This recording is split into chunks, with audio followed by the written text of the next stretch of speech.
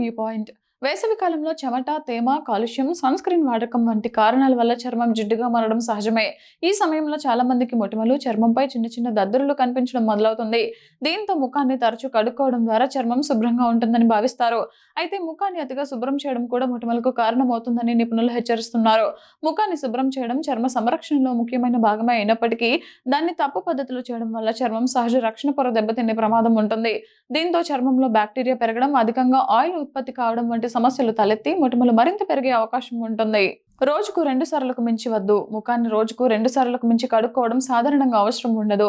ఎక్కువ సార్లు face wash ఉపయోగించడం వల్ల చర్మంలోని సహజ నూనెలు తొలగిపోతాయి. ఫలితంగా చర్మం మరింత ఆయిల్ ఉత్పత్తి చేసి మొటిమల సమస్యను పెంచుతుంది. మధ్యాహ్నం సమయంలో ముఖం తాజాగా కనిపించాలంటే నీటి మిస్ట్ లేదా ఆయిల్ బ్లోటింగ్ పేపర్లను ఉపయోగించడం మంచిది. వేసవి కాలంలో డీప్ క్లీనింగ్ పేరుతో మార్కెట్లో లభించే కొన్ని సబ్బులు, ఫేస్ వాష్లు చర్మానికి హానికరంగా మారుతాయి. ఇవి అధిక ఆల్కలైన్ స్వభావం కలిగి ఉండటంతో చర్మం సహజంగా కలిగి ఉండే రక్షణ పొరను దెబ్బతీస్తాయి. చర్మం సాధారణంగా స్వల్ప ఆమ్ల స్వభావం కలిగి ఉంటుంది. అందువల్ల pH 5.5 సమతుల్యతను కాపాడే సబ్బురహిత క్లిన్జర్లను ఉపయోగించడం మంచిది. చాలా మంది ముఖంపై ఉన్న ఆయిల్ పూర్తిగా తొలగిపోతుందనే ఉద్దేశంతో వేడి నీటితో ముఖాన్ని కడుక్కుంటారు. అయితే ఇది రక్తనాళాలను విస్తరింపజేసి ఇప్పటికే ఉన్న మొటిమలను మరింతగా మంటపెట్టే అవకాశం ఉంటుంది. వేడి నీరు చర్మాన్ని అధికంగా పొడిబార్చి రక్షణ పొరను దెబ్బతీస్తుంది. అందుకే గోరువెచ్చని లేదా చల్లటి నీటితో ముఖాన్ని కడుక్కోవడం ఉత్తమం.